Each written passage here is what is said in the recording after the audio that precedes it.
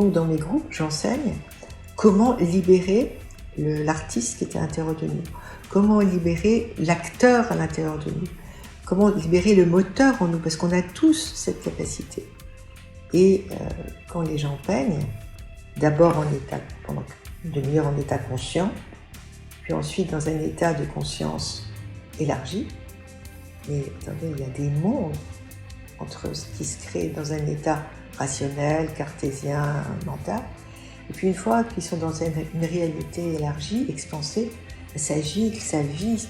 Voilà. Et c'est ça, dans mes groupes de respiration d'entropie, que j'aide à exprimer. C'est comment, dans cette réalité élargie, on peut amener de la couleur, du vivant, de l'enthousiasme, du dilaté, et puis ensuite le rapporter à notre vie de tous les jours. C'est ça la respiration d'entropie. C'est retrouver le vivant en soi. Bonjour à tous, j'espère que vous allez bien. Cette semaine, j'ai le plaisir de vous présenter Martine Guercot, psychothérapeute et passionnée des états élargis de conscience, dont, entre autres, la respiration holotropique, sujet de cet épisode. Alors dans cet échange, Martine revient sur son parcours, sur son approche de la thérapie, et nous parle en détail de cette merveilleuse pratique qu'est la respiration holotropique. Un grand merci à Martine pour ce partage, et merci à vous tous pour votre fidélité.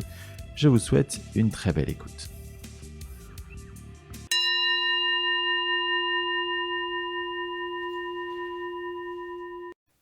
Alors Martine, bonjour et merci beaucoup d'avoir accepté mon invitation pour ce podcast Entre deux mondes. Je suis ravi de vous accueillir pour parler de plein de sujets, mais en particulier d'un sujet qui est la respiration holotropique. Avant d'en arriver là, est-ce que pour les personnes qui ne vous connaissent pas, vous pouvez un petit peu parler de votre parcours ? Alors mon parcours, il est multiple, divers, varié, éclectique. Donc au départ, je suis psychologue clinicienne et ce qui est intéressant, c'est de dire aussi que j'ai fait des études d'anglais. Je ne savais pas du tout où ça allait me mener parce que je ne souhaitais pas être prof. Donc après le bac, j'ai fait des études d'anglais jusqu'à la maîtrise et même au début du doctorat. J'ai toujours eu une passion pour le monde américain, nord-américain. Et puis, ça m'a amené à la respiration holotropique, en fait. Plusieurs années après, j'ai compris que l'anglais, en fait, c'était, je dirais presque ma langue matricielle, puisque c'est en anglais que j'ai réalisé, que j'ai suivi les formations qui m'ont le plus apporté, le plus nourri. Et si je n'avais pas fait ces études d'anglais, et si j'étais pas fluent en anglais, si je possédais pas la langue, j'aurais jamais pu partir aux États-Unis de nombreuses années après, me former avec Stanislas Grof aux États-Unis. Et je dois dire que la respiration holotropique, ça a été vraiment pour moi l'approche la plus importante, la plus multiple, la plus intégrative de toutes les informations, de toutes les formations que j'ai pu suivre. Et la psychologie m'a toujours intéressée, le monde invisible aussi. J'avais quand j'étais petite des perceptions extrasensorielles dont je ne parlais pas parce que j'étais dans une famille très classique. Mais j'ai toujours su qu'il y avait différents niveaux de réalité qui s'entrelaçaient, qui interféraient les uns avec les autres. Et je voulais, quand j'étais petite, être guérisseuse. J'avais une mère qui, bien qu'étant classique, s'intéressait beaucoup à l'homéopathie. Et nous avions un ami à la maison qui s'appelait Charles Péan, qui était médecin, et qui m'a beaucoup initiée à toute cette sensorialité qui dépassait le monde médical stricto sensu. Et tout ça, ça m'a amené à vouloir faire des études de psycho après le bac. Mais après le bac, on n'enseignait pas encore la psychoclinique. C'était la psychologie expérimentale, comportementale, très scientifique. Et moi, j'étais plutôt une grande littéraire. Donc je me suis dit, ça viendra en son temps. Donc j'ai fait des études d'anglais, je me suis beaucoup intéressée déjà à la psychanalyse, puisque mon mémoire de maîtrise portait sur la psychanalyse appliquée à la littérature, et plus spécifiquement à l'œuvre de Scott Fitzgerald. Donc j'ai fait des études d'anglais que j'ai beaucoup aimées, et je savais que c'était le point de départ de quelque chose, mais je ne savais pas encore quoi.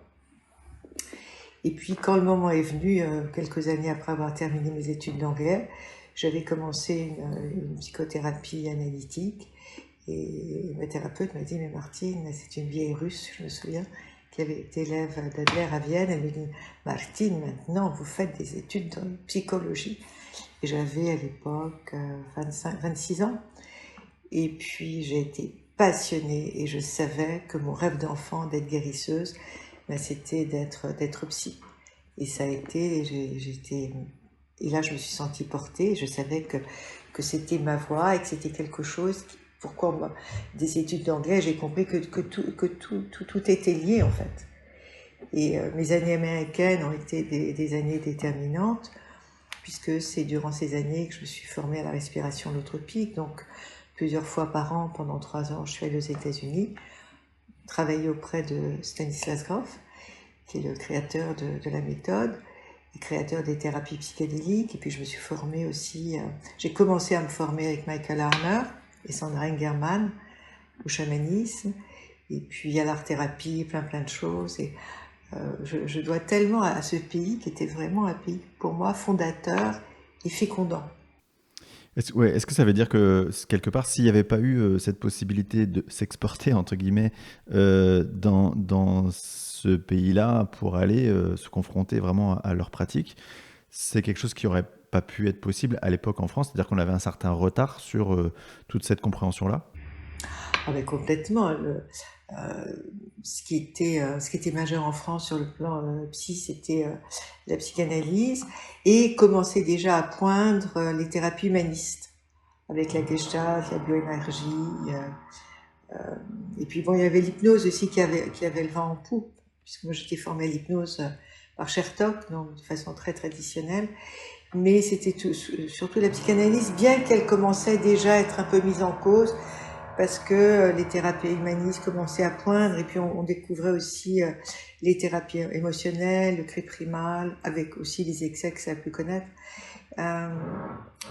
Mais je sentais que la psychanalyse telle qu'elle était appliquée devenait obsolète, du fait aussi que la société était déjà en totale mutation. Et il y avait quelque chose qui me disait, vas-y. Et aujourd'hui, en 2024, est-ce qu'on est toujours sur ce décalage? Ou est-ce que quand même, maintenant, c'est un petit peu plus rentré dans les mœurs, ou en tout cas dans les pratiques, ou dans la compréhension même que il y a aussi des ponts avec d'autres pratiques, d'autres états modifiés de conscience? Est-ce qu'on a vraiment évolué de ce côté-là? Parce que moi, par exemple, dans ma pratique, je n'ai pas vraiment cette vision-là de savoir si on est, ça commence à être vraiment répandu. Dans le domaine psychanalytique, ça n'a pas beaucoup avancé, parce qu'il y a une espèce de... On garde en son sein un objet sacré. Et pour qu'il demeure sacré, il faut qu'il reste inviolable et intouchable par l'extérieur. Donc, moi, avec toutes mes années de pratique, hein, ça fait 40 ans que j'exerce, et plus de 30 ans que régulièrement j'anime des stages de respiration holotropique. Après 40 ans d'expérience, ce dont je m'aperçois, c'est qu'en fait, la psychanalyse, c'est un outil chamanique. Parce qu'on travaille, j'en ai des frissons, donc quand j'ai des frissons, ça veut dire que je reçois, ça valide. Hein. De plus en plus, je réalise que le chamanisme tel qu'il est appliqué dans le monde occidental, ça n'est pas le chamanisme autochtone. Et qu'on peut pas, moi je me dis pas du tout chaman, hein, pas du tout. Je dirais que je suis une guérisseuse ou une penseuse d'âme. C'est ce que j'avais entendu lors de voyages chamaniques.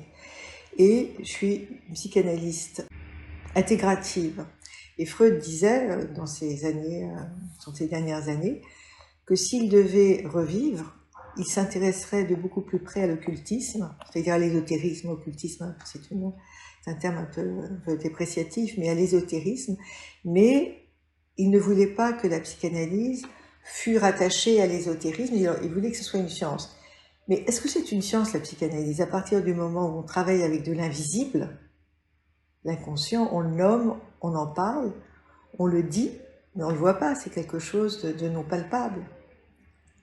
Donc si le psychanalyste n'est pas en poule, en relation avec ces dimensions très sensibles, comment peut-il être à l'écoute de l'inconscient de son patient? Parce que c'est quelque chose de très subtil, la relation, la connexion d'inconscient à inconscient avec son patient.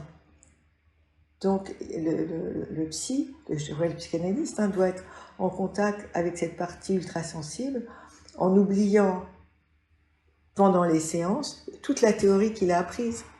Parce que la théorie, ça ne doit pas empêcher d'exister. Et malheureusement, pourquoi la psychanalyse s'est-elle desséchée? C'est parce qu'elle est devenue toute puissamment théorique, en fait. Et on a oublié la clinique, et puis aussi la souffrance du patient ou de la patiente qui vient nous voir. Il y a de la souffrance chez quelqu'un qui vient nous voir. Voilà, alors, après des années de pratique, je réfléchis et je me dis, mais l'inconscient, c'est notre animal de pouvoir, c'est notre maître, c'est celui qui nous guide, c'est la partie la plus consciente, la plus sachante au niveau de la connaissance. Ah, c'est très intéressant. C'est très intéressant. Il y a un truc dans votre parcours. En tout cas, moi, je le ressens comme ça. C'est une sorte le pont, ce qui fait le lien, c'est tous les états modifiés de conscience, quels qu'ils soient. On sent qu'il y a à la fois cette volonté de comprendre, mais surtout d'expérimenter. Vous l'avez fait tout au long de votre parcours. Avec le recul qui est le vôtre aujourd'hui, est-ce que tous ces états modifiés de conscience, donc on parle d'hypnose, on parle de respiration holotropique, on parle de voyage chamanique, on parle de substances psychédéliques, enfin, vraiment sens large, est-ce que c'est comparable? Est-ce qu'on atteint les mêmes états modifiés de conscience? Ou est-ce que c'est différents états modifiés de conscience? Alors, moi, je vais vous parler de ce que moi j'ai exploré, puisque c'est à partir de ce que j'ai exploré moi que j'ai privilégié tel ou tel outil. Alors, comme je vous le disais, j'ai été formée à l'hypnose, au chamanisme, à l'EMDR, et puis j'ai expérimenté aussi d'autres outils d'expansion de conscience, notamment les substances psychédéliques. Quand vous prenez une substance psychédélique, c'est la substance qui vous emmène dans l'expérience. Lorsque vous êtes sous hypnose, ou que vous pratiquez la respiration holotropique, ou que vous faites un voyage au tambour, je dirais que vous êtes maître de votre expérience. Si sous hypnose, un patient a une expérience extrêmement difficile, bon, vous allez lui donner des suggestions post-hypnotiques, ou bien vous allez l'aider à revenir à la réalité. Alors, moi j'ai été formée à l'hypnose, j'ai beaucoup de mal à rentrer dans un état d'hypnose quand les suggestions me sont données par un tiers. C'est très compliqué pour moi, très très difficile. La respiration holotropique, ce que j'aime dans cet outil, c'est que en fait il n'y a pas de suggestion. Vous êtes libre dans votre expérience. Vous êtes responsable de votre expérience dans la mesure où c'est le souffle, l'intention donnée au souffle, la dimension, la puissance, la présence au souffle qui vont vous faire partir dans l'expérience. Et puis, si vous n'arrivez pas, si c'est difficile, bon, le thérapeute va venir vous aider va vous aider à rencontrer votre souffle, parce que on peut avoir peur aussi de ce que l'on va trouver. Donc il y a la présence du thérapeute qui vous aide à entrer dans le souffle. Mais si vous ne voulez pas, ben, non, c'est votre responsabilité, j'ai peur d'y aller, ok, tu acceptes d'avoir peur d'y aller. Tu restes au seuil de la porte. Alors ensuite, il y a toute l'interaction entre le patient et le thérapeute qui va faire que, enfin, le patient va se lâcher. Et donc, il va rentrer dans cette dimension respiratoire, hyperventilée. Il va rentrer dans son expérience. Et si l'expérience devient trop difficile, à ce moment-là, le thérapeute va l'aider à revenir sur le seuil de la porte. Parce que, et puis ensuite à repartir dans l'expérience. Dans la thérapie psychédélique, non, je veux dire, la pilule va faire, ou la plante vont faire leur effet point barre. Et ce que j'aime dans la respiration holotropique, c'est vous êtes l'artisan de l'expérience. C'est vous qui détenez les rênes. Vous êtes décisionnaire de l'expérience. Et moi j'aime ça parce que le patient n'a pas l'impression qu'il est sous le pouvoir de quelqu'un d'autre. Et c'est souvent ce que l'on entend chez les gens quand ils rapportent leur expérience par rapport à d'autres outils d'expansion de conscience qu'ils ont essayé. C'est moi qui conduis. Je suis le cocher en fait. Et ça, c'est important. Alors, le voyage au tambour, alors c'est vrai que le chamanisme, ça le vend en poupe, parce que c'est un outil magique. Non, c'est pas un outil magique, hein. D'abord, il faut supporter, il faut aimer le son du tambour, la pulsation régulière du tambour. Il y a des gens qui ne supportent pas. Il faut aussi pouvoir différencier le message des guides ou des animaux de pouvoir de notre propre imagination. Il y a des gens qui racontent des voyages intersidéraux, mais qui n'ont aucune teneur, aucune tenue.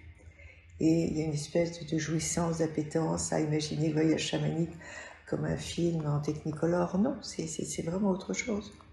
Et puis, on ne va pas tout de suite réussir à voyager dans la réalité chamanique, dans les trois mondes, sans avoir fait de nombreux apprentissages. Parce que ça s'apprend aussi. On apprend à être discriminatif dans l'expérience, à ne pas se laisser téléguider par un imaginaire débridé. Dire qu'il est important de raison garder par rapport à tout ça. Parce qu'il y a une telle séduction. On va du coup effectivement se focaliser sur la respiration holotropique. La première question que j'ai envie de poser, c'est est-ce qu'il y a des cas de personnes qui ne peuvent pas ou pour qui il n'est pas recommandé de se prêter à l'exercice? Oui, alors, il y a de nombreuses contre-indications et il est vraiment important d'être très très vigilant par rapport au cadre. Parce que lorsqu'on pratique cette respiration motrice, hyper profonde, hyper accélérée, hein, on inspire, on expire la bouche ouverte avec le ventre, et cette respiration va vous faire rentrer, va ouvrir les portes de la perception, va vous faire entrer dans un état de conscience expansé, hein, dilaté. Et il est sûr que si quelqu'un présente des problèmes psychiatriques ou de dissociation, on ne va pas lui proposer ou l'intégrer dans un groupe. Parce que ça va, au contraire, après, faire dilater, hein, l'aspect psychiatrique de son problème. Donc il faut être extrêmement vigilant si quelqu'un est sous neuroleptique pareil. Hein, et puis on voit bien, moi je n'inscris personne dans mes groupes sans avoir eu un entretien téléphonique, sans être sûr que la personne ait fait un travail psychothérapeutique sur elle. Si les gens me disent « Ah oui, je fais beaucoup de travail sur moi-même », je demande ce que c'est.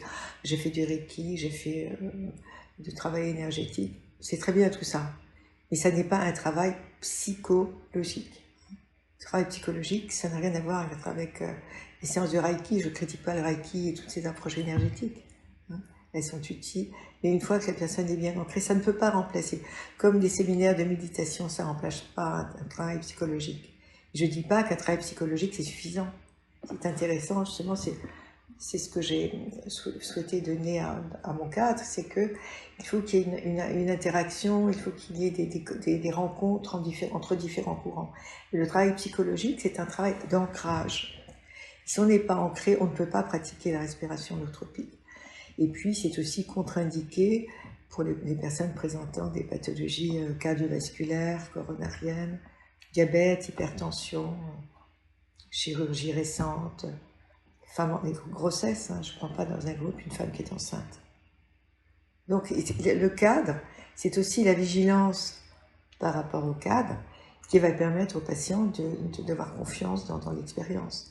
La protection, hein, ce qu'on appelle le setting. Plus le cadre est protégé, plus la personne va rentrer dans l'expérience en sécurité, sachant qu'elle est protégée.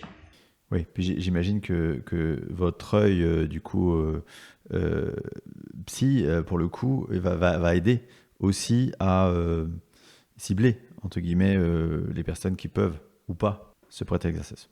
Ouais. Parce que là aussi, il y a une magie, parce que c'est le breathwork, on appelle ça le breathwork. Alors c'est très très à la mode, vous avez des gens qui n'ont aucune formation et qui pratiquent, qui offrent des séminaires online. Donc il y a 100, 150 personnes online qui vont se mettre à respirer.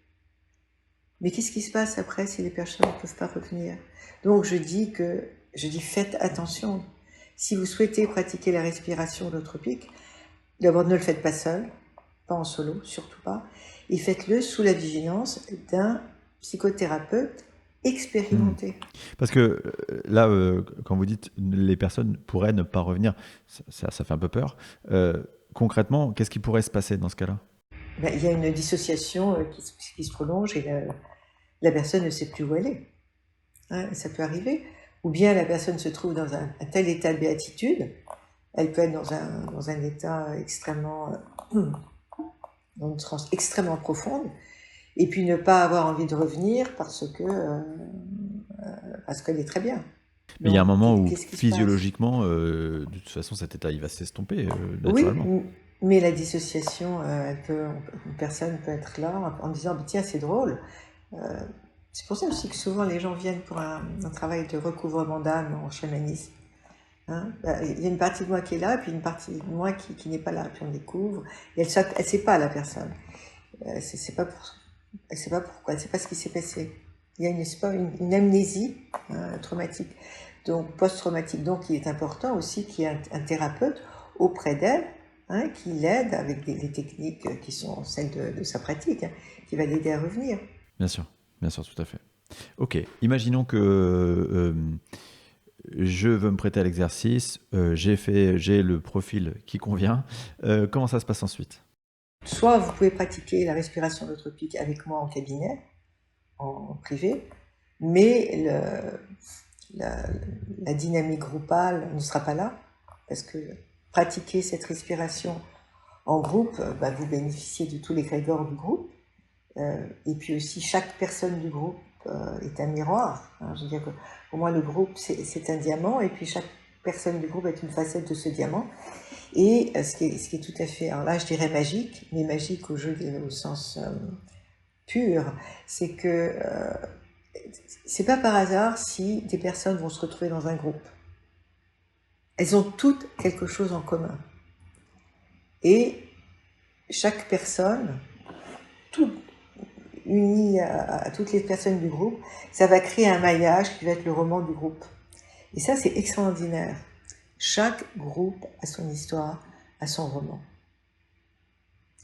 Et alors, on travaille, et c'est aussi ce qui est intéressant, on travaille en binôme. Donc, le groupe commence le vendredi soir et se déroule samedi et dimanche. Et il y a 2 sessions respiratoires, une session le samedi, une session le dimanche. Donc, on travaille en binôme. Et la personne qui aura respiré le samedi sera accompagnante de son partenaire. Et c'est pas non plus par hasard si les personnes se choisissent. Ou elles vont choisir en disant tiens, j'aimerais travailler avec toi, ok. Ou bien elles ne sauront pas avec qui travailler. Alors à ce moment-là, j'utilise les arcanes du tarot de Marseille. S'il y a 6 personnes qui restent, qui ne savent pas avec qui travailler, ça aussi c'est étonnant. Je ne sais pas, donc je m'en remets au tarot. Donc je prends les 6 personnes, je prends 3 couples du tarot, étoile, tempérance, mat, arcane sans nom, soleil, lune. Donc celle qui aura tiré le soleil va aller, la personne qui aura tiré le soleil va aller avec la lune. Et ok, donc c'est l'univers qui est décidé. Et au fur et à mesure que les personnes vont partager sur leur histoire, c'était le couple avait sa raison d'être. Et ça, c'est extraordinaire. C'est ce qui se passe dans ces groupes de respiration holotropique, c'est qu'il y a vraiment de la magie, mais au sens propre, au sens pur, il y a quelque chose qui se passe comme si ça devait se passer en fait. Il n'y a pas de hasard, il y a que des rendez-vous. Et il y a une histoire qui m'a beaucoup frappée il y a quelques mois dans un groupe où une jeune femme travaille avec, j'invente les prénoms, Patricia travaille avec Jean-Pierre, et puis au fur et à mesure que le groupe va se dérouler, ils s'aperçoivent qu'ils sont unis par le père de Patricia, qui était professeur d'université de Jean-Pierre, et ils parlent, ils évoquent leur vie, etc. Jean-Pierre dit, mais j'ai fait des études de beaux-arts, et puis il y avait un prof que je détestais, qui m'a éliminé. Enfin, il demande à Patricia, et toi, ton père, mon père, il était architecte et prof aux beaux-arts. Et c'est vraiment un sale type, et j'ai vraiment envie de changer de nom de famille, etc. le prénom de notre famille, c'était vraiment une merde, ce père. Et puis ils s'aperçoivent que, en fait, le père de Patricia était celui qui avait balancé Jean-Pierre. Et ils sont devenus très très amis, et cette histoire, leur rencontre et leur travail holotropique ensemble, en tant qu'accompagnants et accompagnés, a réparé quelque chose de leur histoire. Vous voyez ? Et ils ne s'étaient pas... Enfin, vous voyez, ils ne se connaissaient pas, ils ne s'étaient jamais vus. Et des histoires comme ça, il y en a plein. Donc, les choses, parfois, sont en dehors de notre contrôle. Oui, de manière générale, et on peut se faire cette réflexion-là sur tout ce qui peut nous arriver dans notre vie. On s'aperçoit avec un certain prisme, en regardant les choses avec du recul, qu'il y a plein d'événements qui nous arrivent dans notre vie et on a la sensation d'être finalement, d'avoir été... Il fallait aller sur ce chemin, il n'y avait pas d'autre choix, et il fallait faire ces rencontres, et que de toute façon, tout s'est imbriqué de manière absolument parfaite, en fait. Et ça nous donne la sensation d'être... finalement, de ne pas être aux manettes, hein, tout simplement. Oui, alors c'est souvent ce que je dis, d'ailleurs je le dis pour moi, que ces études d'anglais, je ne sais pas du tout pourquoi je les faisais, et heureusement que je les ai faites parce que le monde américain était extrêmement important, et puis j'avais l'impression qu'il y avait comme des fils qui m'agissaient, mais en même temps j'étais très active parce qu'il fallait quand même que je décide de faire des études d'anglais, je ne savais pas pourquoi, mais ça faisait partie du chemin. Et souvent, quand les gens disent c'est pas, it's not in my hand, c'est pas dans mes mains, les choses se passeront comme elles doivent se passer. Ça, c'est une erreur, parce que ça incite les gens à être passifs. Oui, il y a quelque chose, moi je pense qu'il y a un grand architecte, il y a un grand horloger qui est au-dessus de nous, mais on doit être aussi acteur de nos vies. Et c'est parce qu'on est acteur que quelque chose là-haut aussi peut se mettre... il y a une résonance, parce que si vous êtes passif, rien ne se passera. Oui, tout à fait. C'est-à-dire que quelque part, c'est à vous de donner l'impulsion, c'est votre responsabilité de donner l'impulsion. C'est comme les gens... les gens ne savent pas, souvent sont seuls, à un certain âge, ou même jeunes. Alors, ils ne savent pas comment se rencontrer. Je leur dis, mais aller sur des sites de rencontres, c'est très très bien. Ah mais oui, mais sur les sites de rencontres, il y a n'importe qui. Non, soyez discriminatifs. Et c'est peut-être sur un site de rencontre qu'ils vont rencontrer l'homme ou la femme de leur vie. Mais c'est pas en restant chez elle ou chez eux en attendant que ça se passe. Non. C'est vraiment important de pouvoir être un peu aussi l'acteur. C'est ça. Et de mettre en scène notre vie, parce que sinon... Ouais. Ça me fait penser aux croyances parfois limitantes des personnes qui s'engagent sur ces chemins en devenant thérapeute et qui, quelque part, disent je suis aligné, mais il ne se passe rien et ça ne marche pas. Je dis oui, mais qu'est-ce que tu as fait pour que ça marche en fait? Quelque part, c'est à toi d'enclencher la dynamique énergétique aussi. Hein.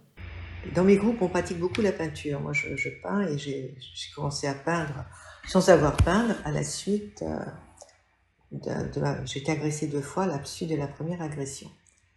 Et je n'ai pas voulu prendre d'anxiolytiques ni d'antidépresseurs, j'étais agressée à arme à feu.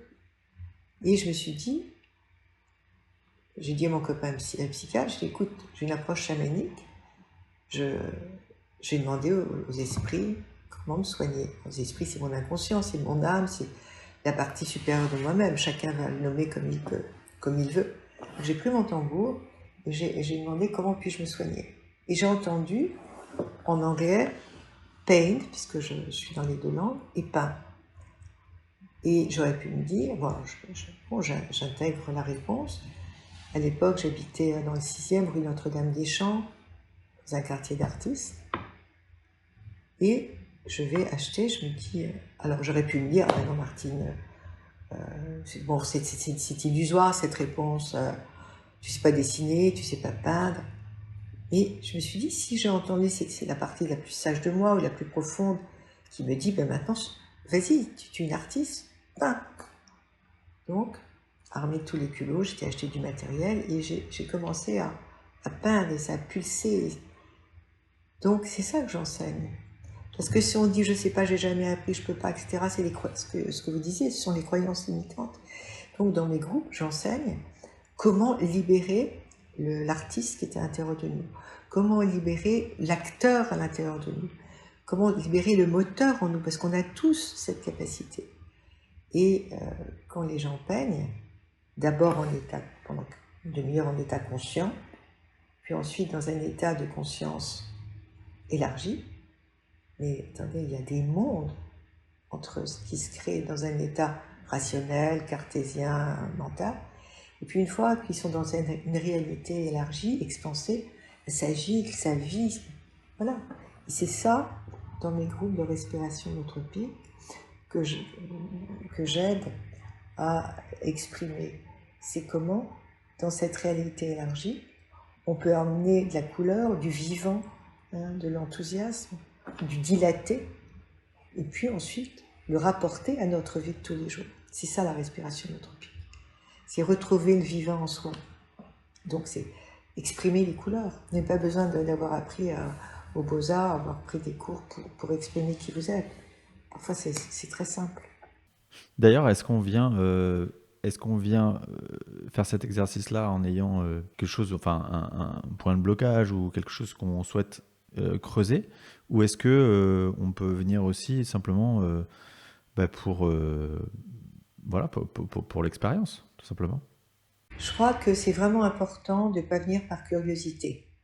Voilà, j'ai lu un livre, j'ai entendu... parce que si on vient par curiosité, on ne va rien mettre de soi. On a tous à l'intérieur de nous-mêmes quelque chose qui demande à être apaisé, qui demande à être travaillé, guéri. Moi, j'ai travaillé toute ma vie sur moi et je continue. Mais quand je vais faire, parce que je continue à faire des groupes en tant que participant, je ne viens pas par curiosité, je viens parce que je sais que j'ai quelque chose qui demande encore à être travaillé ou à être éclairci, à être apaisé. Même nous, thérapeutes, on est toujours en travail. Donc je préfère, et la séance sera beaucoup plus opérante, si la personne a l'honnêteté de dire dans un groupe, je viens pour telle et telle chose. D'ailleurs, au début, quand les gens se présentent, je dis toujours, soyez le plus vrai, le plus authentique. Parlez du centre de vous-même, pas de votre tête. Et quand quelqu'un me dit, je viens parce que je suis curieux ou curieuse, j'essaye de le faire aller au-delà de ça. Parce que sinon, comment pourra-t-il être aidé par son partenaire? Comment pourra-t-il être aidé par le groupe s'il reste à l'extérieur de lui-même et puis aussi à l'extérieur du groupe? C'est pas une expérience uniquement. C'est une expérience avec un grand E, mais c'est pas faire une expérience. Oui, c'est toute une démarche d'engagement, quelque part, accepter d'être mis à nu aussi, j'imagine. C'est exactement ça, c'est se mettre à nu, et c'est avoir suffisamment confiance dans le groupe pour se mettre à nu. Et ce que j'aime dans le groupe, c'est la totale confiance qui va se créer à partir de la sécurité du cadre. Vous parliez tout à l'heure de ce fonctionnement en binôme. J'ai compris qu'il y avait ce lien particulier qui se crée, mais concrètement, le rôle de l'accompagnant, c'est quoi? Alors, le rôle de l'accompagnant, je dirais que c'est le gardien du seuil, c'est-à-dire lorsque vous faites, durant cette expérience holotropique, le breather, donc celui qui va respirer, qui va vivre l'expérience, il est dans un sac de couchage, il est sur un matelas, avec un masque sur les yeux, qui symbolise la nuit utérine, et c'est aussi pour rentrer dans son propre monde intérieur.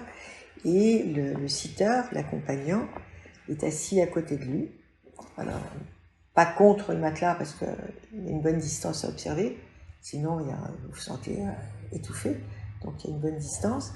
Et il va être vigilant au confort du breather. Il y a une boîte de Kleenex, un sac en plastique, boîte de Kleenex que le sitter passera au breather s'il a besoin de se moucher, sac en plastique s'il a besoin de cracher. S'il a besoin d'aller aux toilettes, le sitter est là pour l'accompagner. S'il se lève sur son matelas, le sitter est là pour lui dire tu restes allongé, surtout tu ne te lèves pas. Le sitter est là pour obéir aux règles de sécurité qui sont édictées pendant la séance. S'il a besoin d'un verre d'eau, le sitter est là pour le lui donner. Mais le sitter n'intervient pas sans que le respirant le lui ait demandé. Il n'y a pas d'interférence. Si la personne qui vit l'expérience est en train de pleurer, le sitter ne va pas venir le consoler, parce que s'il est en train de pleurer, c'est qu'il a vraiment besoin de pleurer. Il n'y a aucune interférence du sitter sans que le breather le lui ait demandé. Et puis le sitter va aussi nous aider à maintenir le respirant, parce que quand on rentre dans un état de conscience, on est très très puissant. Hein, on a une puissance corporelle, qui vient aussi de la puissance psychique, hein, qui est extrêmement, extrêmement prégnante. Donc le sitter nous aide aussi à contenir la personne, si elle a besoin d'être contenue. Et je travaille toujours, je suis accompagnée par un assistant avec qui je travaille depuis très longtemps, et qui lui est spécialisé dans les constellations familiales, et que j'ai formé donc, à la respiration holotropique. Donc on aime beaucoup travailler ensemble. Et donc le sitter a un rôle très important et qui est aussi enseignant que vivre l'expérience de la respiration. Et c'est un rôle, c'est très très important, parce que celui qui va respirer pourra d'autant se donner une expérience qu'il sent cette présence inconditionnelle du sitter à ses côtés. Bien sûr, oui, ça fait partie du cadre très rassurant. Ah oui, oui, tout à fait. Pour se lâcher, s'abandonner à cette expérience, quelque part. Oui. Et oui. Et la personne qui vit cette expérience-là, donc qui est allongée, j'ai bien compris, qui est avec son masque, c'est une expérience qu'elle vit, enfin c'est très introspectif, j'imagine. Est-ce qu'elle le partage? Enfin, le partage a lieu après, ou pendant un long moment, c'est une expérience qu'elle vit à l'intérieur d'elle, et après il y a une notion de partage de ok, voilà ce qui s'est passé? Alors, pendant l'expérience, on préconise de ne pas parler de ce que l'on vit. Si le breather, donc la personne qui vit l'expérience, n'arrive pas à partir, ça peut se passer. Donc, elle demande à son accompagnant de nous appeler pour qu'on l'aide à respirer, à relancer la respiration. Elle peut avoir peur, j'ai trop peur d'y aller, donc à ce moment-là, on nous appelle, hein, on est toujours présent, on fait une ronde en permanence, hein, on est toujours disponible. Et on demande, on préconise de ne pas parler pendant l'expérience au partenaire, parce que sinon ça ramène au mental. L'expérience est une expérience énergétique, une expérience intérieure, et qui se vit à l'intérieur de soi. Mentaliser, poser des mots pendant l'expérience, c'est revenir à la réalité extérieure. Voilà. Donc le partage verbal a lieu une fois que l'expérience est terminée. Une fois que l'expérience est terminée, donc on dit toujours, ne vous levez pas avant que nous on soit venus checker, vérifier que vous êtes vraiment revenu à la réalité. Donc on demande à la personne d'enlever son masque. On voit bien au regard, aux yeux, au mouvement des yeux, si la personne est là, ou au contraire si elle n'est pas là. Hein.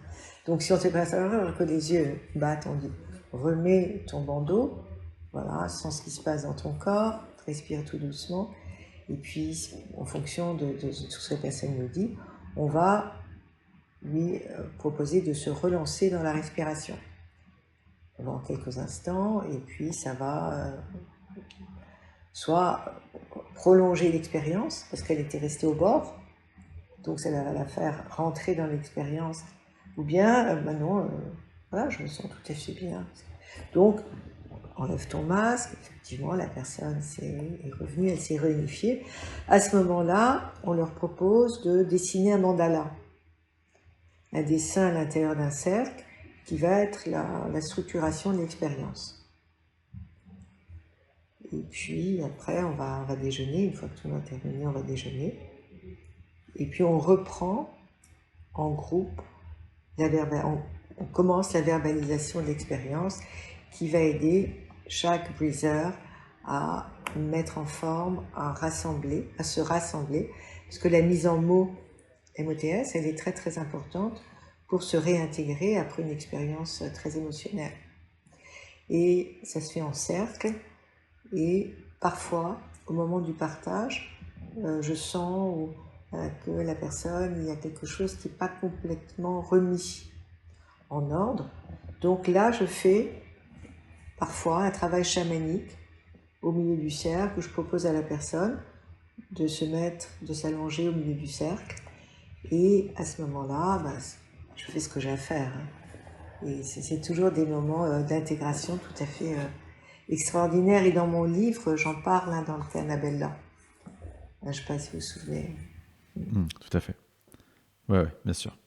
Est-ce que du point de vue du breezer, donc de la personne qui vit l'expérience, c'est facile de mettre des mots sur ce qu'on a vécu? Est-ce que autrement dit, on arrive à comprendre l'expérience qu'on a vécue et peut-être les enseignements qu'il y a à en tirer?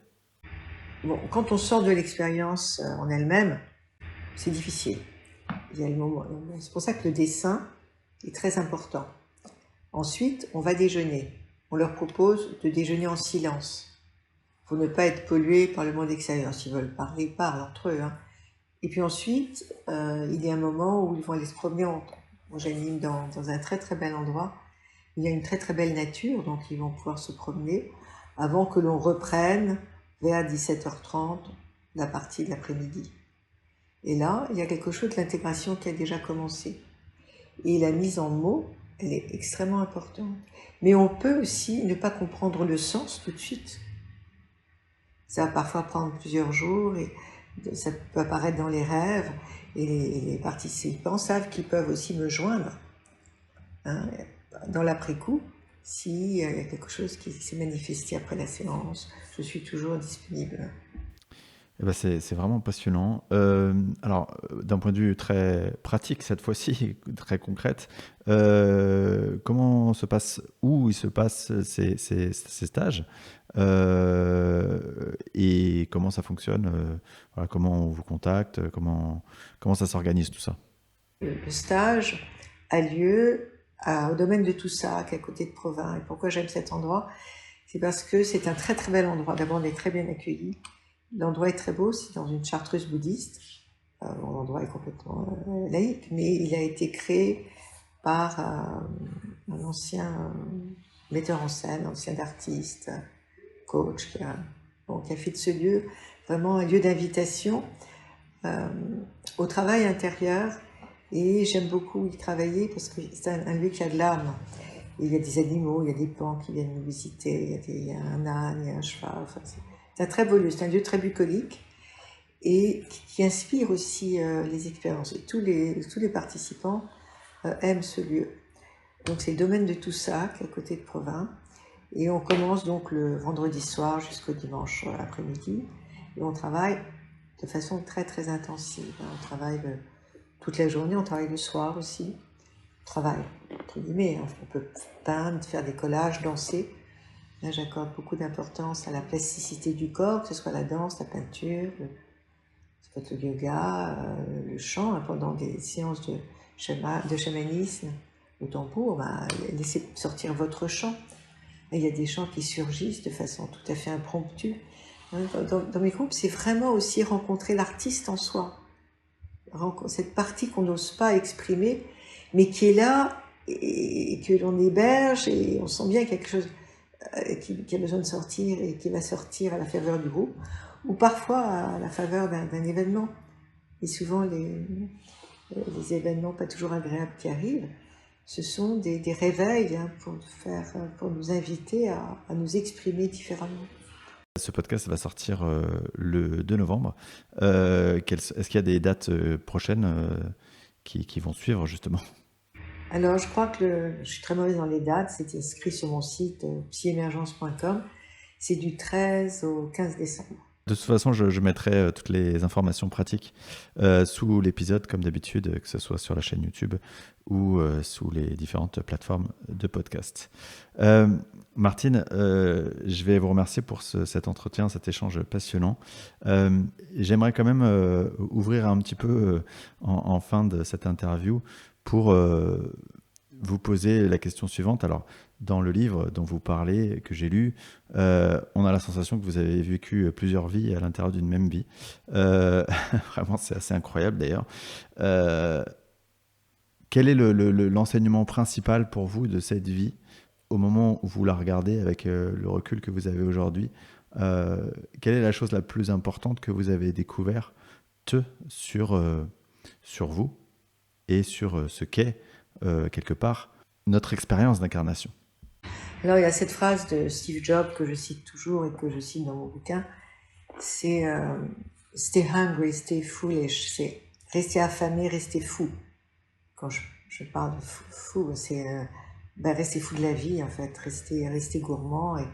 Ce que j'ai découvert, ce que je chantais étant toute petite, c'est qu'on venait, on venait avec, je dirais pas une mission, mais si c'est une mission. Hein. Et je sentais toute petite que j'avais une mission, mais c'est pas la mission au sens, c'est que j'avais quelque chose à faire. J'intuitionnais que c'était quelque chose qui était au service de, et j'avais l'impression que j'étais pas une petite fille comme les autres. D'ailleurs, on me le faisait bien sentir. On disait que j'étais une extraterrestre. Et je sentais que le mot extraterrestre, c'était quelque chose de vrai, en fait. Qu'on vient avec quelque chose, peut-être que l'on transporte depuis plusieurs vies. Hein. J'avais un grand-père qui était je ne sais pas un kabbaliste ou un talmudiste, mais qui m'avait fait sentir toutes ces dimensions et qui est mort quand j'avais 10 ans. Et cette recherche que j'ai eue durant toute ma vie, elle est issue de lui. C'est-à-dire qu'il me faisait sentir qu'il y avait des dimensions sensibles autour de nous. Et c'est ça qui a guidé toute ma vie. J'ai l'impression que je vivais des choses, ou je sentais des choses que je trimballais depuis très très très longtemps. Et c'est ça aussi, je crois, qui m'a fait aller dans des dimensions extra-analytiques, tout en restant psychanalyste, parce que pour moi, la psychanalyse, c'est un outil de compréhension de la psyché humaine, c'est un outil de référence. Là, la psychanalyse, c'est pas du tout cet outil desséché qu'en ont fait certains lacaniens. C'était ridiculisé. La psychanalyse, c'est un outil de compréhension extraordinaire de l'âme humaine. Et Freud, en son sens, c'était un chaman. Jung, c'était un chaman. On ne peut pas être aussi près de la psyché. La psyché, Psuké, c'est l'âme. Hein. C'est l'âme, le souffle. On ne peut pas être aussi présent à l'être humain si on n'a pas cette dimension extrasensorielle qu'avait Freud. Et bien sûr qu'avait Jung. Mais Freud en avait peur parce qu'il voulait, comme je vous disais, que la psychanalyse soit une science. Je ne pense pas que ce soit une science, et puis peu importe. Et puis peu importe comment ça fonctionne. En fait, c'est pas l'outil, c'est la personne en elle-même. Et plus un thérapeute va s'éplucher, va se peler, va peler tout ce qui est inutile, et plus il va être au plus proche de lui-même et de la personne qui l'accompagne. C'est son humanité, en fait. Voilà, et pour moi, être un thérapeute, au sens grec, au sens spirituel et au sens humain, c'est s'être dépouillé de tous les artefacts pour être au plus proche de l'autre. C'est vraiment, c'est ça. Et puis, c'est aussi ne pas renoncer à l'humain, au plaisir. Hein, le plaisir, c'est quelque chose d'essentiel. C'est pas en être esclave, mais c'est l'amour, c'est la sexualité, c'est le désir, c'est tout ce qui est de l'ordre du vivant. Donc, c'est pas dissocier le vivant du spirituel. Et pas dissocier le psychologique du spirituel. Et dans ma vie, j'ai essayé ma vie qui n'est pas terminée, j'adore la vie, c'est le psychospirituel, c'est ça qui a été, je crois, le ferment de ma vie, et ce qui est toujours le ferment de ma vie. Eh bien, à nouveau, merci beaucoup Martine pour cet échange passionnant. Et merci à vous, ça m'a fait très plaisir d'être avec vous. Et merci évidemment, comme toujours, à vous tous, chers auditeurs, pour votre écoute fidèle. À bientôt.